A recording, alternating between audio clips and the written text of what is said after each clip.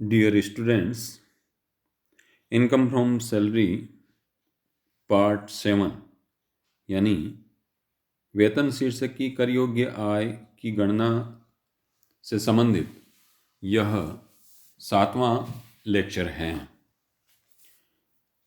इस 7वें लेक्चर से पहले छठे लेक्चर में अपन ने परक्विजिट्स यानी अनुलाभों की चर्चा की थी कि अनुलाभ 3 वर्गों में वर्गीकृत किए थे। कुछ अनुलाभ ऐसे हैं जो सभी कर्मचारियों के लिए कर योग्य हैं, कुछ अनुलाभ ऐसे हैं जो केवल विशिष्ट कर्मचारियों के लिए कर योग्य होते हैं और कुछ अनुलाभ ऐसे होते हैं जो सभी प्रकार के कर्मचारियों के लिए कर मुक्त होते हैं। तो जो अनुलाभ कर योग्य हैं, जो कर मुक्त हैं, उनकी तो चर्चा करनी नहीं है क्योंकि वो कर मुक्त है। जैसे टेलीफोन की सुविधा है, कंप्यूटर लैपटॉप की सुविधा है, सभी कर्मचारियों के लिए कर मुक्त है। लेकिन जो अनुलाभ कर योग्य हैं, उनकी कर योग्य राशि कितनी होगी, यानी उनकी कितनी वैल्यू टैक्सेबल होगी, ये आज से अपन शुरू कर रहे हैं, जो 7वें और 8वें 2 लेक्चर में कंप्लीट हो पाएगी। तो आज जो अपन चर्चा करने वाले हैं, वैल्यूएशन ऑफ परक्विजिट्स, अनुलाभों का मूल्यांकन, और मूल्यांकन में भी लोन फैसिलिटी, ऋण की सुविधा, लीव ट्रेवल कंसेशन, यात्रा व्यय में सहायता, मेडिकल फैसिलिटी, चिकित्सा सुविधा और रेजिडेंस फैसिलिटी, इतने अनुलाभों के मूल्यांकन की चर्चा अपन इस वीडियो लेक्चर में करने वाले हैं। आप लोग जो चीज़ समझ में नहीं आए उसके लिए कमेंट बॉक्स में जाकर के कमेंट कर सकते हैं, और यदि आपको ये चीज़ें समझ में आ रही है, ठीक लग रही है, तो लाइक ज़रूर कर दें। तो आइए अपन बात करते हैं वैल्यूएशन ऑफ परक्विजिट्स, अनुलाभों का मूल्यांकन। अनुलाभों का मूल्यांकन करने का तात्पर्य यह है कि कर योग्य राशि की अपन गणना करना सीख रहे हैं, वैल्यूएशन ऑफ परक्विजिट्स। सबसे पहले अपन बात करते हैं बिना ब्याज अथवा रियायती ब्याज पर ऋण की सुविधा। देखिए, ऋण की सुविधा कब कहलाएगी? जब नियोक्ता अपने कर्मचारी को मार्केट रेट की अपेक्षा कम रेट ऑफ इंटरेस्ट पर लोन अवेलेबल करवाता है, अथवा कोई नियोक्ता अपने कर्मचारी को लोन देता है और कर्मचारी होने के कारण से उससे किसी प्रकार का कोई ब्याज नहीं लेता है, तब ये सुविधा कहलाएगी। अगर ऐसी सुविधा है तो कैसे और कितनी राशि कर योग्य होती है, इसके लिए याद रखना है कि 20,000 रुपये तक का यदि ऋण है, अथवा कोई गंभीर बीमारी यानी कैंसर, क्षय, एड्स आदि गंभीर बीमारियां हैं, 20,000 रुपये तक का ऋण अथवा गंभीर बीमारी की चिकित्सा हेतु यदि ऋण की सुविधा है, तो सभी कर्मचारियों के लिए कर मुक्त है। सभी कर्मचारियों के लिए कर मुक्त है। यानी किसी भी प्रकार का कर्मचारी हो, यदि उसे लोन की फैसिलिटी मिली हुई है और उस कर्मचारी ने लोन अपनी अथवा अपने परिवार के किसी सदस्य की बीमारी का इलाज करवाने के लिए ली है, और बीमारी सामान्य नहीं है, गंभीर प्रकृति की बीमारी है, तो ये लोन की फैसिलिटी टैक्स फ्री है। इसी तरीके से यदि लोन की अमाउंट, ऋण की राशि 20,000 रुपये से ज़्यादा नहीं है, तब भी ये कर मुक्त होती है। अन्य दशा में सभी कर्मचारियों के लिए कर योग्य है। और कर योग्य कितनी राशि होगी कि कर योग्य राशि के लिए ब्याज की दर वह ली जाएगी जो SBI यानी स्टेट बैंक ऑफ इंडिया के द्वारा समय समय पर घोषित की जाती है। ब्याज की गणना, ये इंपॉर्टेंट चीज़ है, ब्याज की गणना मासिक अदत शेष, माह के अंत में बकाया ऋण के आधार पर की जाती है। जैसे मान लीजिए कि कोई कर्मचारी 1 लाख रुपए का ऋण लेता है और 1 लाख रुपए में से 5,000 रुपये प्रत्येक माह के प्रारंभ में किस्त चुकाता है, तो पहले महीने ब्याज जो लगेगा वो 1 लाख रुपए पर लगेगा, लेकिन अगले महीने जो ब्याज लगेगा वो 95,000 पर ही लगेगा। या क्योंकि 5,000 की किस्त उसने चुका दी है, तो महीने के अंत में उसके ऋण की बकाया राशि 95,000 है, तो ब्याज यानी इंटरेस्ट की कैलकुलेशन भी उतनी ही की जाएगी। अब जैसे स्टेट बैंक ऑफ इंडिया के ने जो दरें घोषित की है, वो दर मान लीजिए कि 6% है, और नियोक्ता के द्वारा जो ऋण दिया गया है वो 4% पर दिया गया है, तो 6% वास्तव में ब्याज लगना चाहिए। नियोक्ता उस कर्मचारी से वसूल कर रहा है केवल 4%, तो अंतर की राशि यानी 2% ही कर योग्य होगी। और यदि बिल्कुल बिना ब्याज के ही ऋण दिया हुआ है, तो फिर पूरा का पूरा जो 6% ब्याज है वो कर योग्य हो जाएगा। एसबीआई ने वित्तीय वर्ष 2019-20 के लिए कौन कौन सी प्रकार के ऋण के लिए कौन कौन सी रेट डिक्लेयर कर रखी है, ये काफ़ी लंबी चौड़ी है। आपकी बुक में कुछ संक्षेप में दी हुई है, जिनको आप देख करके रेट याद रखनी होगी।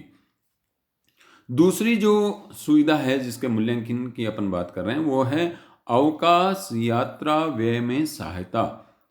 अवकाश यात्रा व्यय में सहायता यानी कर्मचारी को यदि छुट्टियों के समय कहीं पर घूमने के लिए जाता है वो, या कर्मचारी का ट्रांसफ़र हो जाता है और ट्रांसफ़र के समय पर वो कर्मचारी अपने परिवार सहित कहीं दूसरी जगह शिफ्ट होता है, और इस कारण से वो कहीं कोई यात्रा करता है, और उस यात्रा के लिए कुछ खर्चा नियोक्ता के द्वारा वहन किया जाता है, अथवा सारा का सारा खर्चा नियोक्ता के द्वारा वहन किया जाता है, तो फिर ये कर योग्य होती है। कितनी राशि कर योग्य होती है इसकी बात अपन इस अगली स्लाइड में करते हैं, लेकिन इससे पहले ये एक बात याद रखनी है कि विदेश यात्रा हेतु प्राप्त सहायता पूर्णतः कर योग्य होती है। अर्थात जितना खर्चा नियोक्ता करे वो सारा का सारा खर्चा कर्मचारी के लिए इनकम फ्रॉम सैलरी में टैक्सेबल अमाउंट के रूप में आता है। कब? जबकि कर्मचारी ने कहीं किसी विदेश की यात्रा की हो, और वो भी अवकाश के समय यानी छुट्टियों के समय पर। इसके अलावा भारत में यदि अवकाश अथवा सेवानिवृत्ति के समय यात्रा व्यय की सहायता होती है, तो निम्नलिखित में से सबसे कम वाली राशि तक कर मुक्त होती है। याद रखना है, विदेश वाली जो यात्रा सहायता है वो तो पूरी की पूरी कर योग्य है, और यहाँ पर ये कर मुक्त है। अर्थात इस राशि से यदि अधिक खर्चा होता है तो आधी की राशि ही कर योग्य होती है। वो 3 पॉइंट है, नंबर ए, बी और सी। नंबर ए में देखना है कि नियोक्ता द्वारा दी गई सहायता या नियोक्ता द्वारा किया गया खर्चा।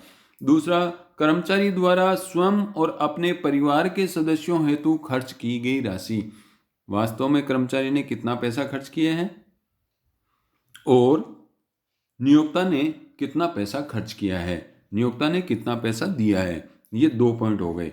यहां पर जो शब्द आ रहा है परिवार, तो यात्रा व्यय में सहायता के उद्देश्य से परिवार का आशय है कर्मचारी स्वयं, उसका जीवन साथी पति या पत्नी, और 1/10/1998 से पूर्व जन्मे हुए सभी बच्चे, लेकिन 1/10/1998 के बाद के केवल 2 बच्चे ही परिवार में शामिल होते हैं। किसी कर्मचारी के यदि 2 से अधिक बच्चे हैं तो अधिक बच्चों, तीसरे चौथे बच्चे पर जो पैसा खर्च हो रहा है वो पूरा का पूरा कर योग्य हो जाएगा, लेकिन 2 बच्चों तक जो राशि खर्च हो रही है वो पॉइंट नंबर बी में आएगी। इसके अलावा करदाता पर आश्रित माता पिता और भाई बहन आदि भी करदाता के परिवार में शामिल हैं।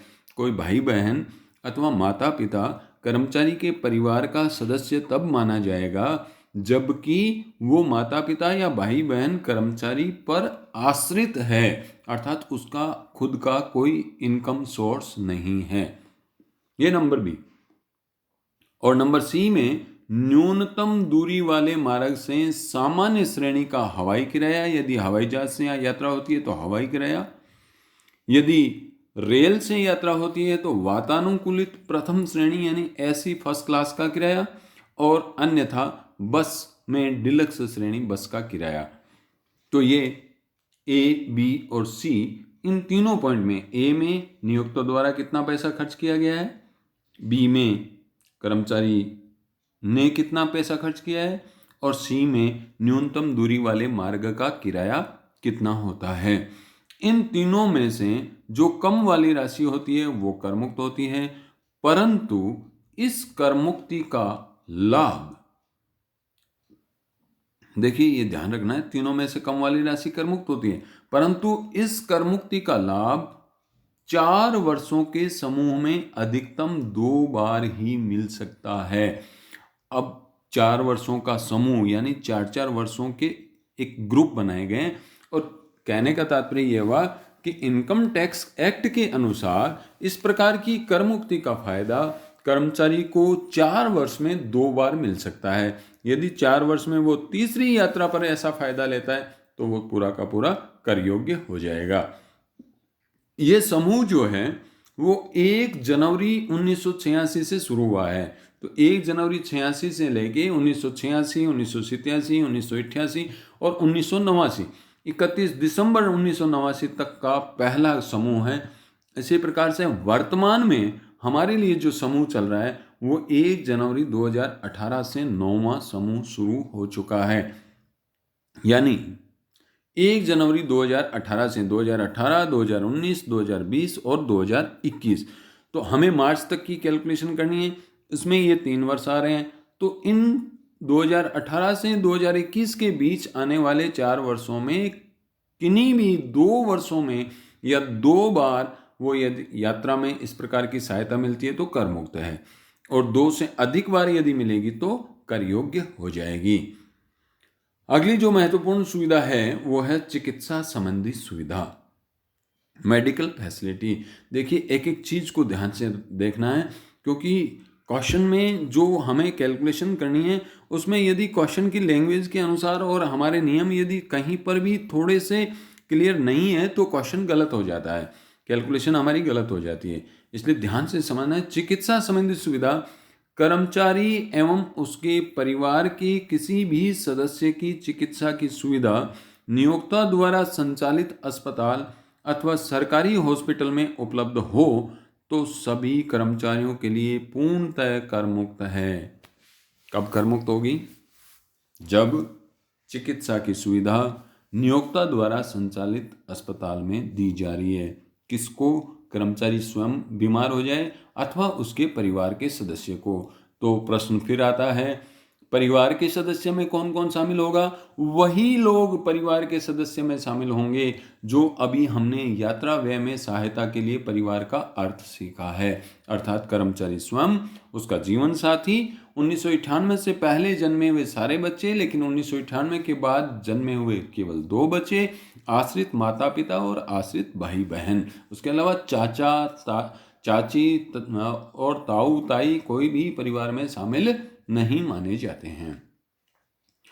अब इसी प्रकार से यदि सरकारी हॉस्पिटल में सुविधा है तब भी सभी के लिए कर मुक्त है, लेकिन निजी अस्पताल में यदि सुविधा मिलती है तब भी सभी के लिए पूर्णतः कर योग्य होगी। ये ध्यान रखना है। निजी अस्पताल में सुविधा यदि मिलती है तो पूर्णतः कर योग्य होगी। कितनी राशि कर योग्य होगी? जितनी राशि नियोक्ता के द्वारा खर्च की गई है उतनी सारी राशि कर योग्य हो जाएगी। लेकिन विदेश में चिकित्सा सुविधा मिलती है, कोई मान लीजिए गंभीर ऐसी बीमारी हो जाए तो विदेश में चिकित्सा है तो चिकित्सा व्यय, चिकित्सा पर जो खर्चा है वो पूरा का पूरा कर मुक्त है। लेकिन यात्रा और ठहरने का खर्चा, कि विदेश तक की यात्रा करना, जाना और आना, और विदेश में चिकित्सा के दौरान ठहरना, तो यात्रा और ठहरने की जो व्यय है वो बीमार व्यक्ति एवं एक परिचारक हेतु ही कर मुक्त है। यानी बीमार व्यक्ति जाएगा विदेश और उसके साथ एक अटेंडेंट जाएगा। यूँ नहीं है कि विदेश में चिकित्सा की फ्री में सुविधा मिल रही है तो 2-3 लोग चले जाते हैं, अपन बहाने से घूम भी आएंगे। इस तरीके से यदि लोग करते हैं तो दो लोगों के अलावा तीसरा व्यक्ति जो साथ में जा रहा है उस पर जो खर्चा हो रहा है वो सारा का सारा कर योग्य हो जाएगा। यात्रा व्यय, अब यात्रा और ठहरने के खर्चे कर मुक्त है, लेकिन इसमें भी एक शर्त है, और शर्त क्या है कि यात्रा व्यय तभी कर मुक्त होते हैं जबकि कर्मचारी की सकल कुल आय, ग्रोस टोटल इनकम, केवल सैलरी की इनकम नहीं, और भी जितने भी चार शीर्षक हैं उन सबको मिलाकर के सकल कुल आय 2 लाख रुपए से अधिक न हो, यानी 2 लाख रुपए तक हो, तभी यात्रा व्यय कर मुक्त होगा। और यदि 2 लाख रुपए से अधिक इनकम वाला कोई कर्मचारी है तो फिर उसकी यात्रा के जो खर्चे हैं वो कर मुक्त नहीं होंगे, बल्कि यात्रा पर जितने खर्चे किए गए हैं वो सारे के सारे कर योग्य हो जाएंगे। तो 2 लाख रुपए तक हों। चिकित्सा एवं ठहरने के व्यय, चिकित्सा के खर्चे और ठहरने के खर्चे चूंकि विदेश में हो रहे हैं इसलिए विदेशी मुद्रा में करने पड़ेंगे। तो विदेशी मुद्रा में कोई भी खर्चा, यदि भारतीय नागरिक, भारत का व्यक्ति विदेशी मुद्रा में कोई खर्चा करता है तो उसे रिजर्व बैंक ऑफ इंडिया से पहले अनुमति लेनी पड़ती है, स्वीकृति लेनी पड़ती है, और बिना स्वीकृति के यदि कोई पैसा खर्च कर देता है तो वो अनरिकॉर्डेड मनी होने के कारण से सारा का सारा टैक्सेबल हो जाएगा। एक खास बात और है, ये तो है चिकित्सा की सुविधा, यानी आदमी जब बीमार हो जाएगा तब उस पर जो खर्चा होगा वो उसका नियोक्ता चुकाएगा, ये तो होगी चिकित्सा की सुविधा। एक होता है स्वास्थ्य बीमा प्रीमियम, यानी मेडिकल इंश्योरेंस प्रीमियम, कि व्यक्ति बीमार होगा तो उसका पैसा इंश्योरेंस कंपनी चुकाएगी, इसलिए पहले ही बीमा करवा देते हैं। अब यदि स्वास्थ्य बीमा करवाया गया है कर्मचारी का और उसके प्रीमियम का भुगतान करता है उसका नियोक्ता, तो ये या पुनर्भरण करता है, तो ये सभी कर्मचारियों के लिए कर मुक्त होता है। ध्यान रखना है कहाँ कर मुक्त है और कहाँ कर योग्य है, क्योंकि थोड़ा सा कॉम्प्लिकेटेड यानी उलझा हुआ सा मामला है। दोबारा सुन लीजिए और दोबारा ध्यान से देख लीजिए, लेकिन ये तय कर लीजिए कि कब कर योग्य होगी मेडिकल फैसिलिटी, कितनी राशि कर योग्य होगी मेडिकल फैसिलिटी की, और कब कर मुक्त होगी।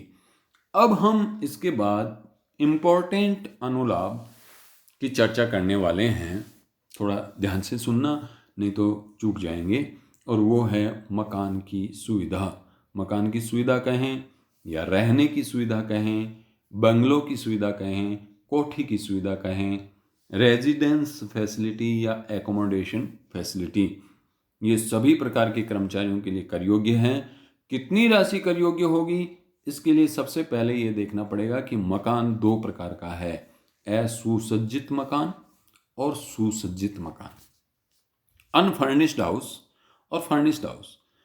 केवल मकान तो असुसज्जित मकान, और मकान के साथ में फर्नीचर भी उपलब्ध करवाया जाता है। फर्निश्ड यानी फर्नीचर सहित, फर्नीचर जैसे टीवी दिया जाता है, अलमीरा दी जाती है, टेबल चेयर दी जाती है। तो इस तरीके से सुसज्जित मकान तब कहलाएगा जब फर्नीचर की फैसिलिटी भी हो। यदि असुसज्जित मकान है तो देखना पड़ेगा कि ये किस प्रकार का कर्मचारी है। सरकारी कर्मचारी हैं तो इनकम टैक्स के अलग से कोई नियम नहीं है सरकारी कर्मचारी के लिए, बल्कि हर एक गवर्नमेंट एम्प्लॉय का जो उसका पेरेंट डिपार्टमेंट है, यानी जिस डिपार्टमेंट का सरकारी कर्मचारी है उस डिपार्टमेंट के संबंधित विभाग के नियमानुसार उस मकान की सुविधा का मूल्यांकन और कर योग्य राशि का निर्धारण किया जाता है।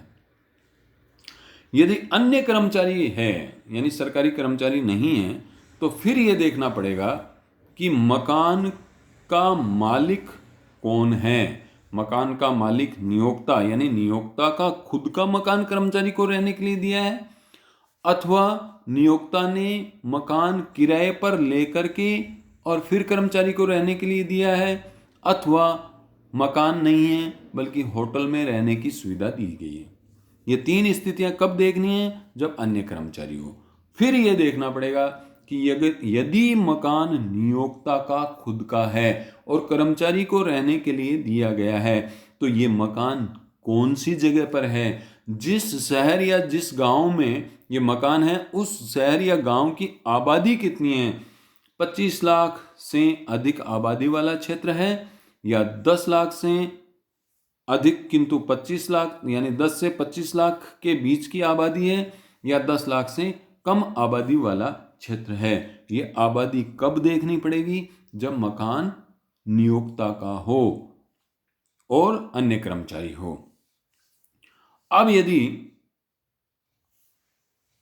25 लाख से अधिक आबादी क्षेत्र में मकान है तो 15% ऑफ सैलरी यानी कर्मचारी के वेतन का 15% उस मकान का मूल्य माना जाएगा और वो कर योग्य करेंगे। यदि 10 से 25 लाख तक की आबादी क्षेत्र में मकान है तो 15% की जगह 10%। यदि 10 लाख तक की आबादी है तो 7.5% यानी 7.5, 10 और 15% किसका, कर्मचारी की सैलरी का। और यदि कर्मचारी नियोक्ता का खुद का मकान नहीं है बल्कि उसने किराए पर लेके दिया है, तो किराए पर लेके दिया है तो फिर आबादी की जरूरत नहीं पड़ेगी। सीधा देखेंगे कर्मचारी के वेतन का 15% और रेंट पेड बाय एम्प्लॉयर यानी नियोक्ता ने कितना किराया उस मकान का वास्तव में चुकाया है और कर्मचारी के वेतन का 15% कितना है, इन दोनों में से जो कम वाली राशि होती है वो कर योग्य होती है मकान की सुविधा के लिए। लेकिन यदि मकान नहीं है, होटल में रहने की सुविधा दी है, तो फिर 24% सैलरी का और नियोक्ता द्वारा चुकाया गया किराया रेंट पेड, दोनों में से जो कम हो वो मकान की सुविधा के लिए कर योग्य होता है। तो ये खास खास बातें हुई मकान की सुविधा का मूल्य निर्धारण करने के लिए।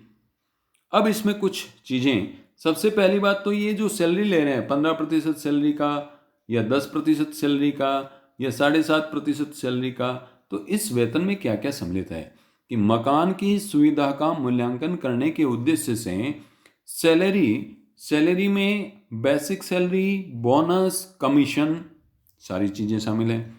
उसके अलावा टैक्सेबल अलाउंसेज, जितने भी भत्ते हैं उन भत्तों में से जो कर योग्य भत्ते हैं वो यहाँ जोड़ दिए जाते हैं। कर मुक्त भत्तों को नहीं जोड़ा जाता है, परंतु भत्तों में डीए यानी महंगाई भत्ता तभी जोड़ा जाएगा जबकि वो सेवा शर्तों के अनुसार है। अगर वो सेवा शर्तों के अनुसार नहीं है तो फिर महंगाई भत्ते को नहीं जोड़ेंगे।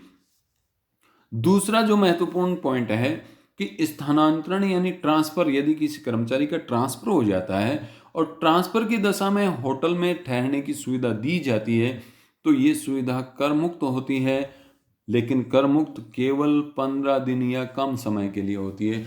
यदि 15 दिन से अधिक के लिए यदि होटल में सुविधा है तो फिर वेतन का 24% कर योग्य हो जाएगा।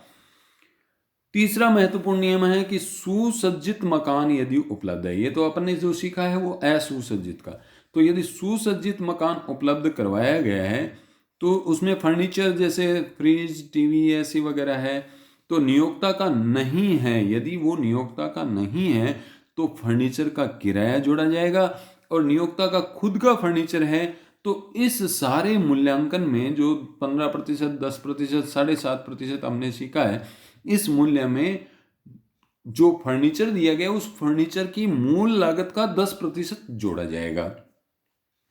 एक और महत्वपूर्ण बात याद रखनी है कि यदि दूरस्थ क्षेत्र यानी रिमोट एरिया, जिसके आसपास में कोई शहर नहीं है, जिसकी आबादी 20,000 तक है, यानी जिस क्षेत्र में मकान है उस क्षेत्र की, उस गांव की, उस कस्बे की आबादी 20,000 से ज़्यादा नहीं है, और जिस गांव के 40 किलोमीटर की रेडियस यानी 40 किलोमीटर की परिधि में कोई 20,000 से अधिक आबादी वाला कस्बा न हो, तो इस प्रकार के दूरस्थ क्षेत्र में यदि मकान की सुविधा दी जाती है तो वो मकान की सुविधा सभी के लिए कर मुक्त है, यानी tax free for all employ.